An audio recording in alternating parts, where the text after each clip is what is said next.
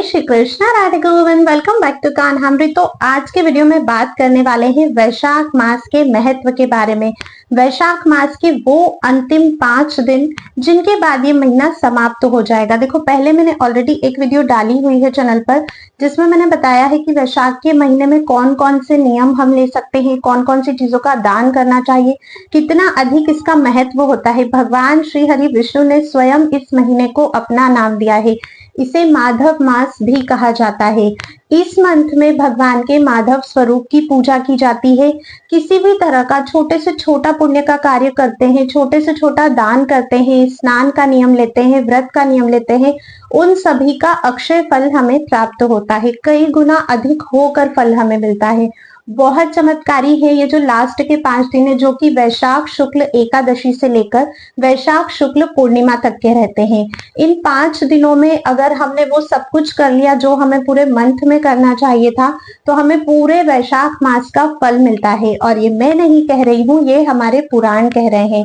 तो अगर किसी भी कारण से आप पूरे महीने स्नान नहीं कर पाए हो, पूरे महीने व्रत नहीं कर पाए हो, या कुछ भी नहीं आपने इस पूरे महीने में किया है, तो ये जो आखिरी के 5 दिन है इसमें कुछ ना कुछ जरूर कर लो। ये मौका अब हमें फिर से नहीं मिलेगा, क्योंकि हमें नहीं पता कि कल क्या होने वाला है, और नेक्स्ट ईयर तक वेट करना भी अच्छी बुद्धि वाली बात तो नहीं है। तो ये 5 दिन में आप प्लीज कुछ ना कुछ जरूर कर लीजिए। आगे इस वीडियो में मैं आपको यही बताऊंगी कि आप इन 5 दिनों में क्या नियम ले सकते हो, क्या क्या हमें करना चाहिए, क्या ऐसे कार्य, ऐसे उपाय हम कर सकते हैं जिससे हमें पूरे मंथ का फल मिले। और जो भी हमारी इच्छा है, अगर किसी भी मनोकामना से आप इन 5 दिन के नियमों को फॉलो करते हो, तो उसे किस प्रकार से पूरा किया जाता है। आपको पता है, भगवान श्री हरि विष्णु के जितने भी अवतार हुए हैं, उनमें से 6-7 अवतार इसी मंथ में हुए हैं, जिसमें से 2 से 3 अवतार तो अक्षय तृतीया पर हुए हैं। अभी आने वाली है नरसिंह चतुर्दशी, जब भक्त प्रहलाद के लिए हमारे भगवान श्री हरि विष्णु ने खंबे को फाड़कर नरसिंह का रूप लिया था। नरसिंह भगवान की पूजा करने से जीवन से किसी भी तरह का भय अगर आपको है तो वो समाप्त हो जाता है। अगर आपको ये चिंता है कि आगे आने वाले भविष्य में क्या होगा, मेरे घर का क्या होगा, मेरे जाने के बाद मेरे परिवार का क्या होगा, अगर कोई और चला गया तो मेरा क्या होगा, और किसी भी प्रकार का अगर भय आपके जीवन में है, तो आपको नरसिंह भगवान की शरण अवश्य ही लेनी चाहिए। और बहुत ही पावन दिन आ रहा है नरसिंह चतुर्दशी का। उसके बाद जो माधवी पूर्णिमा है, मतलब जो वैशाख मास की पूर्णिमा तिथि है, उसे माधवी पूर्णिमा भी कहा जाता है, क्योंकि इस मंथ का नाम माधव भी है। तो माधवी पूर्णिमा जो है, उस दिन हमारे प्यारे श्री राधा रमन लाल जी स्वयं शालिग्राम जी से प्रकट हुए थे। उस दिन उनका भी प्राकट्योत्सव है। अगर आप वृंदावन धाम में है तब तो बहुत धूमधाम से आप उसे मनाइएगा, राधा रमन लाल जी के मंदिर जाइएगा। लेकिन अगर आप अपने घर पर भी हैं तो आप बहुत अच्छे तरीके से सेलिब्रेशन कीजिएगा। उस पर मैं आगे एक सेपरेट वीडियो डालने वाली हूँ। कूर्म अवतार भी अभी आने ही वाला है, वो भी वैशाख मास में ही हुआ है। मतलब कुल मिला के बहुत बहुत अधिक महत्व है। तो इन 5 दिनों में आप लोग क्या कर सकते हो, क्या आपको करना चाहिए कि आपको पूरे मंथ का फल मिल जाए। देखो, जैसे कार्तिक का महीना होता है, माघ का महीना होता है, उसकी महिमा सबको पता होती है। कार्तिक के महीने में व्रत करना, स्नान करना, नियम करना, दान करना, सबको पता है कितना अधिक महत्व है। लेकिन वैशाख के बारे में बहुत कम लोग जानते हैं। तो अगर अभी तक आपको भी इसकी महिमा नहीं पता है, तो इस वीडियो को एंड तक अवश्य ही देखिएगा, ताकि पहले आप इसके महत्व को समझ सको। और अगर पूरे मंथ, क्योंकि आपको पता ही नहीं था, तो ऑब्वियसली आपने पूरे मंथ कुछ नहीं किया होगा, तो ये 5 दिन बिल्कुल भी मत छोड़ना, जो कि कल से स्टार्ट हो रहे हैं। तो चलिए, अब बिना देर किए हम लोग इस वीडियो को शुरू करते हैं। वीडियो को शुरू करने से पहले अगर आप लोगों ने चैनल को पहली बार विजिट किया है, तो चैनल को जरूर से सब्सक्राइब करके रख लीजिए, क्योंकि ऐसी कई सारी इंफॉर्मेटिव वीडियोस आप लोगों को आगे मिलती रहेंगी। चलिए शुरू करते हैं। देखिए, अगर बात करें इसके महत्व की या महिमा की, तो आप इतना समझ लीजिए कि साल में होते हैं 12 महीने, और इन 12 ही मासों में हमें ऐसा कोई भी मास नहीं मिलता जो वैशाख मास के बराबर पुण्य हमें प्राप्त करवा सके। किसी भी महीने की इतनी महिमा नहीं है, यहाँ तक कि कार्तिक और माघ मास से भी बढ़कर वैशाख मास की महिमा है। तो ये 5 दिन बिल्कुल नहीं छोड़ना है, जो कि मोहिनी एकादशी से शुरू होकर वैशाख शुक्ल पूर्णिमा तक रहेंगे। इस बार मोहिनी एकादशी 8 मई 2025 की है। उसके बाद है द्वादशी। देखो, इस बार पूरे 5 दिन हमें मिल रहे हैं, मतलब 8 मई 2025 से लेकर आपको वैशाख की पूर्णिमा, जो कि 12 मई 2025 तक है, उस दिन तक सभी नियमों का पालन करना है। तो 8, 9, 10, 11 और 12 ये 5 ही दिन हमें इस बार मिल रहे हैं, जो कि भगवान की बहुत कृपा है हमारे ऊपर। नहीं तो कई बार 4 ही दिन मिलते हैं, पर इस बार हमें संपूर्ण 5 दिन मिल रहे हैं। देखो किस दिन हमें क्या क्या करना चाहिए। तो देखो एकादशी की जो महिमा है वो तो हम सब जानते हैं। मोहिनी एकादशी का वीडियो भी ऑलरेडी चैनल पर आ चुका है, आप लोग उसे जरूर चेकआउट कर लीजिएगा। कैसे पूजा करनी है, इस दिन क्या क्या करना है, सारी चीजें, वीडियो का लिंक आपको डिस्क्रिप्शन बॉक्स में भी मिल जाएगा। तो देखिए मोहिनी एकादशी का अगर आप व्रत करते हो, पूजा करते हो, तो उससे आपके समस्त पापों का नाश होता है। किसी भी प्रकार के मोह बंधन में अगर फंसे हो तो उससे भी आपको छुटकारा मिलता है। उसके बाद आती है द्वादशी तिथि, जिसे कि रुक्मणी द्वादशी भी कहा जाता है। ये जो द्वादशी है ये अपने आप में अक्षय पुण्य प्रदान करने वाली है। एक बहुत ही प्राचीन कथा है जिसमें ये वर्णन आता है कि कैसे एक कुतिया ने इस द्वादशी के व्रत को संपन्न करके एक सुंदर अप्सरा का रूप लिया था। वो एक अलग कथा है, मैं फिर कभी आपको सुनाऊंगी। तो द्वादशी का बहुत अधिक महत्व है। इसी बीच में प्रदोष व्रत भी आता है, और कहते हैं इस प्रदोष व्रत को जो वैशाख मास के शुक्ल पक्ष में आता है, उसे जो कोई भी धारण करता है उससे उनके जो वैवाहिक जीवन है उसमें उनको किसी भी प्रकार की अगर कठिनाई आ रही है तो उससे उन्हें निजात मिलता है। इसके बाद आती है त्रयोदशी तिथि। त्रयोदशी तिथि पर जैसे हम लोग भागवत जी करवाते हैं या किसी भी प्रकार का कथा पाठ आप लोग करवाते हो, उसका जितना भी पुण्य है वो कई गुना अधिक होकर आपको मिलता है अगर आप त्रयोदशी तिथि पर व्रत या नियमों का पालन करते हो। उसके बाद है नरसिंह चतुर्दशी, जैसा कि मैं आपको ऑलरेडी बता चुकी हूँ। नरसिंह चतुर्दशी जिस दिन भगवान नरसिंह का प्राकट्य उत्सव होता है, अपने आप में बहुत फलदायी है। और लास्ट दिन है वैशाख मास की पूर्णिमा का, जिस दिन ये महीना समाप्त हो जाएगा। और वैशाख मास की पूर्णिमा का इतना इतना अधिक महत्व है कि मैं बता नहीं सकती हूँ, इसीलिए इस पर मैं एक सेपरेट वीडियो बनाऊंगी। अभी इस वीडियो में हम लोग इंक्लूड नहीं करते हैं। चैनल को सब्सक्राइब कर लेना ताकि आगे उस वीडियो का नोटिफिकेशन आपको अवश्य ही मिल सके। बहुत बहुत बहुत फलदायी है वैशाख मास की पूर्णिमा। तो ये पूरे 5 दिन है, इनमें आपको जो है नियम या उपाय करने हैं। अब आप क्या नियम ले सकते हो, तो देखो नियम जो मैंने अपनी पहले की वीडियो बनाई थी कि वैशाख मास में क्या क्या नियम लिए जाते हैं, सिमिलर नियम है, उसमें से कोई सा भी आप ले सकते हो। फिर भी मैं आपको बता देती हूँ जिन लोगों ने वो वीडियो नहीं देखी है, या आप चाहे तो डिस्क्रिप्शन बॉक्स में से उस वीडियो का लिंक लेकर आप लोग उस वीडियो को देख सकते हो। तो देखो आप लोग क्या क्या कर सकते हो। सबसे ज्यादा इंपॉर्टेंट तो है वैशाख स्नान करना। वैशाख स्नान से मेरा मतलब है कि आपको सुबह ब्रह्म मुहूर्त में उठना है। सूर्योदय से कम 45 मिनट पूर्व तो आपको स्नान कर ही लेना है। आपको स्नान करना है। और देखो सबसे अच्छी बात तो ये है, जैसे हम लोग कार्तिक स्नान करते हैं, ठंड शुरू हो जाती है तो पानी बहुत ठंडा लगता है काफी सारे लोगों को। माघ में तो बहुत ज्यादा ठंड होती है, पर अभी इतनी गर्मी है कि हम लोग आराम से इजीली ठंडे पानी से स्नान कर सकते हैं। तो आपको स्नान करना है। स्नान करने के बाद सूरज की पहली किरण के साथ ही आपको सूर्य देव को अर्घ देना है। ठीक है, ये नियम आप ले सकते हो। अच्छा, एक प्रश्न यहाँ पर आता है कि अगर हम स्नान कर रहे हैं तो क्या व्रत करना भी जरूरी है। तो देखो ऐसा बिल्कुल भी नहीं है। अगर आप व्रत नहीं कर सकते हो तो आप व्रत मत कीजिए, सिर्फ स्नान आप लोग कीजिए। और अगर आप लोग व्रत भी कर सकते हो तो बहुत अच्छी बात है। अब स्नान आपको कैसे करना है, तो देखिए शास्त्रों में तो वर्णन है कि पवित्र नदी या सरोवर में ही आपको स्नान करना है। अगर पास में गंगा जी, यमुना जी, नर्मदा जी है तो आपको वहीं पर स्नान करना चाहिए। पर अभी के समय में हर किसी के पास में नदियां अवेलेबल नहीं होती है, तो घर पर ही आप अपने स्नान के जल में गंगा जल मिलाकर अवश्य ही स्नान कीजिए। पर याद रखिएगा, अगर किसी भी प्रकार से आप पवित्र नदी में जाकर स्नान कर सकते हो तो इससे उत्तम कुछ भी नहीं होता है। नहीं तो घर पर ही आप गंगा जल मिक्स करके स्नान कर सकते हो। इस महीने में ना तिल के स्नान का भी बहुत अधिक महत्व होता है, तो आप काले तिल से भी स्नान कर सकते हो इन 5 ही दिनों। तो इस तरह से आपको स्नान का नियम लेना है। इसके बाद सूर्य देव को अर्घ देना है, ये नियम भी आप लोग ले सकते हो। तुलसी महारानी की सेवा पूजा करने का, देखो एकादशी कहूँ, कोई दूसरा व्रत कहूँ, कोई मास कहूँ, हर समय तुलसी महारानी की सेवा करने का बहुत अधिक महत्व होता है। और अगर इस मास में करते हो, वैशाख के मास में, तो कहीं अधिक होकर उसका फल मिलता है। तो आप तुलसी महारानी की परिक्रमा करने का नियम ले सकते हो। डेली उनको जल सींचने का नियम ले सकते हो। परिक्रमा आप कम से कम 4 कीजिएगा, ज्यादा से ज्यादा जितनी आपकी सामर्थ्य, लेकिन जितनी फर्स्ट डे करोगे फिर उतनी ही आपको 5 दिन करनी है। पीपल की परिक्रमा का नियम ले सकते हो, पीपल में जल सींचने का नियम ले सकते हो। महादेव जी को और डेली आप जलाभिषेक करने का नियम ले सकते हो। ठीक है, तुलसी महारानी में दीपदान, पीपल में दीपदान, ये नियम आप लोग ले सकते हो। व्रत आप लोगों को किस प्रकार से करना है, तो देखो जो व्रत किया जाता है उसमें बेस्ट तो यही रहता है कि आप लोग फलाहार पे ही व्रत करो।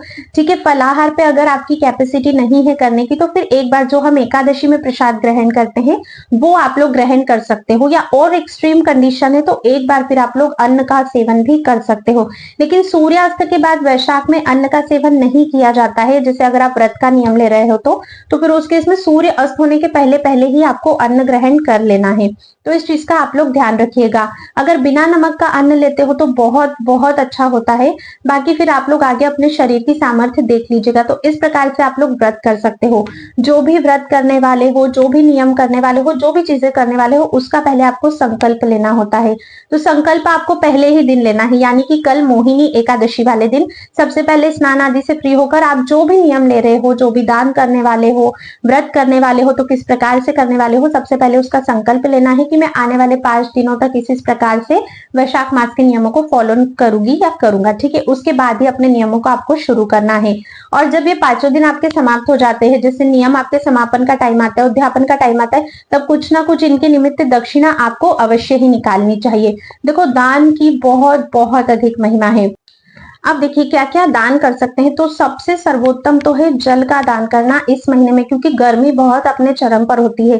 तो आप लोग जल का दान कर सकते हो। जैसे जल का डायरेक्ट दान नहीं कर पाते हो तो जहां पर जल की सेवा चल रही है वहां पर जाकर आपको सेवा कर सकते हो। इसके बाद आप लोग अन्न का दान कर सकते हो, जूते चप्पल का, छाते का, पलंग का, मतलब जो भी आपकी सामर्थ्य में आता है उन सभी चीजों का दान कर सकते हो। पंखे का दान बहुत शुभ माना जाता है। जैसे देखो, समझो जैसे गर्मी चल रही है, अब गर्मी के मौसम में किसी भी व्यक्ति को किन चीजों की आवश्यकता हो सकती है, कौन सी चीजें उसके लिए उपयोगी हो सकती है, वैसी चीजों का दान आपको सबसे पहले करना चाहिए।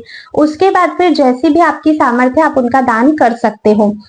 मैं फिर से कह रही हूँ, देखो ये मंथ जो है ना, ये बहुत बहुत बहुत फलकारी है। पूरा महीना तो देखो हमारा निकल गया है, पर मैं आप लोगों से रिक्वेस्ट करती हूँ कि अगर आप ये वीडियो देख रहे हो तो प्लीज ये जो कल से आने वाले 5 दिन है उन्हें मत जाने दो। बहुत बहुत बहुत मैजिकल डेज है ये, और जो चाहोगे वो आपको मिलने वाला है। देखो, अगर आप किसी मनोकामना से करते हो, किसी भी मटेरियलिस्टिक चीज की कामना है आपको, भौतिक संसार की जो भी चीजें होती है अगर उसकी कामना से करते हो तो आप एक अखंड ज्योत भी जला सकते हो, जो कल आपको मोहिनी एकादशी से लेकर वैशाख शुक्ल पूर्णिमा तक जलानी है, जो कि आपको 12 मई तक जलानी रहेगी। उस अखंड ज्योत को जलाते टाइम आपकी जो भी मनोकामना है आप उसको भगवान के समक्ष रखिए, भगवान श्री हरि विष्णु के समक्ष रखिए। उसके बाद आप उनसे प्रार्थना कीजिए कि वो आपकी मनोकामना पूर्ण करे। इस तरह से इन नियमों का पालन करके आप जो है व्रत करने वाले हैं। देखो, व्रत का एक मतलब ये भी बिल्कुल मत समझना कि सिर्फ मुझे भूखा रहना या व्रत का मतलब ये भी है कि आपने कोई भी नियम ले रखा है, कोई भी दान का नियम ले रखा है, स्नान का नियम ले रखा है, वो भी व्रत के अंतर्गत ही आता है। तो इस तरह से आप उस अखंड ज्योत को भी जला सकते हो। और जब आपकी पूर्णिमा तिथि हो जाएगी उसके बाद ही उस अखंड ज्योत को आपको समाप्त करना है। मतलब पूर्णिमा संपूर्ण हो जाएगी, उसके बाद में आप उसमें जो भी घी या फिर तिल का तेल अगर आप यूज कर रहे हो तो वो डालना आप बंद कर दीजिएगा, तो वो अपने आप ही शांत हो जाएगी। इस तरह से आप लोग अपनी मनोकामना पूर्ति के लिए भी कार्य कर सकते हो। और जितना अधिक से अधिक हो सके भगवान के नामों का जप करो, क्योंकि देखो नाम जप के बिना आपको कोई चीज नहीं मिल सकती। ना तो आपको इस भौतिक संसार की कोई चीज मिलेगी और ना ही आपको उस दिव्य लोक की कोई चीज मिलेगी। तो आप एक नियम ये ले सकते हो, अगर आप माला करते हो तो आप अपनी माला की संख्या को बढ़ा सकते हो, कि जैसे मान लीजिए आप 16 माला करते हो तो आने वाले 5 दिनों में आप उसको डबल कर सकते हो, ट्रिपल कर सकते हो। अगर आप एक माला करते हो तो आप उसकी डबल ट्रिपल मतलब 2 3 4 इस तरह से नियम ले सकते हो कि अब इतने जो 5 दिन है उसमें मुझे इतनी माला करनी है।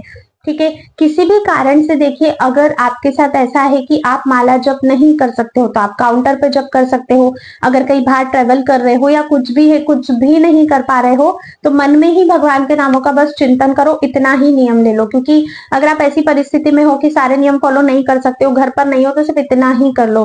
एक और बहुत बड़ा क्वेश्चन होता है जो कि गर्ल्स का रहता है कि अगर हमें पीरियड्स आ जाते हैं तो हम इन 5 दिनों में क्या करें। देखो, अगर हम पूरे मंथ की बात करते हैं तो पूरे मंथ में जब नियम लेते हैं तब तो पता ही है कभी ना कभी हमें पीरियड से होना है। बट अगर इन 5 दिनों की बात करें तो अगर आप बिल्कुल श्योर हो कि हाँ इन 5 दिन में कभी भी आपकी डेट आ ही सकती है, तब तो मैं आपको सजेस्ट करूंगी कि आप नियम ना लो। उस केस में फिर आप मानसिक पूजा कर सकते हो और मन से भगवान के नामों का जप कर सकते हो।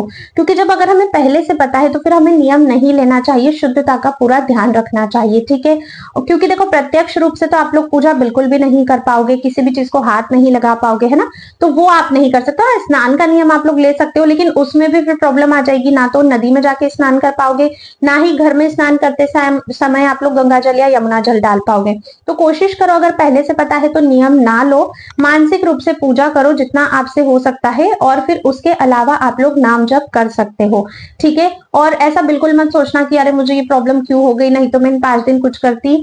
समझने वाली बात है कि अगर हमें ये प्रॉब्लम हो रही है, अगर भगवान ने हमें ये चीज दी है, तो ये भी कुछ सोच के आप सोचो, आप एक जननी हो, आप एक दूसरे व्यक्ति को, आप एक दूसरे शरीर को, एक आत्मा को आप इस जीवन में लेकर आते हो, तो ये बहुत ज्यादा सौभाग्य की बात है। तो इसमें उल्टा सीधा आप लोगों को कुछ भी नहीं सोचना है।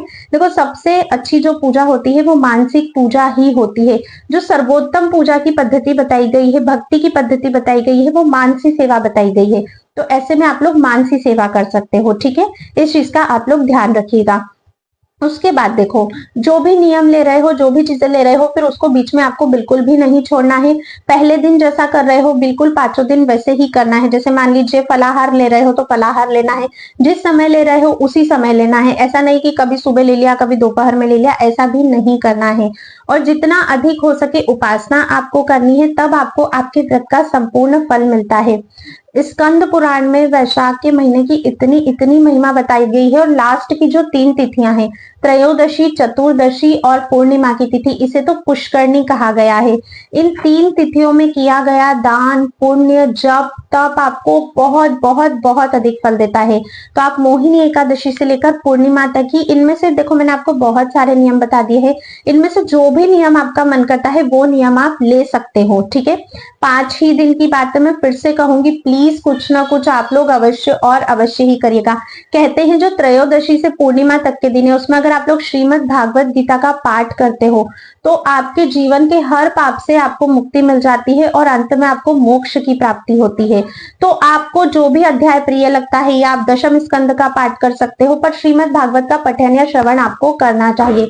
घर के आसपास अगर कहीं कथा हो रही है तो आप वहां भी जा सकते हो, ठीक है। इसके बाद देखिए, जैसे नरसिंह चतुर्दशी आती है, प्रदोष व्रत आता है, एकादशी आती है, पूर्णिमा व्रत आता है, मतलब 5 ही दिन कोई ना कोई व्रत भी है।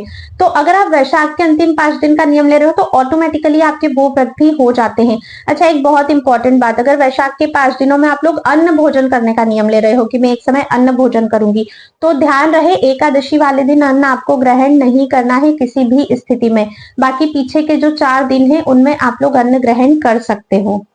तो इस तरह से जो भी आप लोग कर सकते हो, जितना भी आप लोग कर सकते हो करिए। कुछ नहीं कर सकते हो तो भगवान के नामों का जप भी कर लीजिए, पर इन 5 दिनों को बिल्कुल बिल्कुल बिल्कुल भी मत गवाइए। अगर पॉसिबल हो तो स्नान करने की कोशिश भी अवश्य ही करिएगा। बहुत बहुत बहुत फलदायी है ये 5 दिन, जो हमें अब नहीं मिलने वाले हैं। अगर एक बार निकल गए तो हाथ से मत जाने दीजिएगा।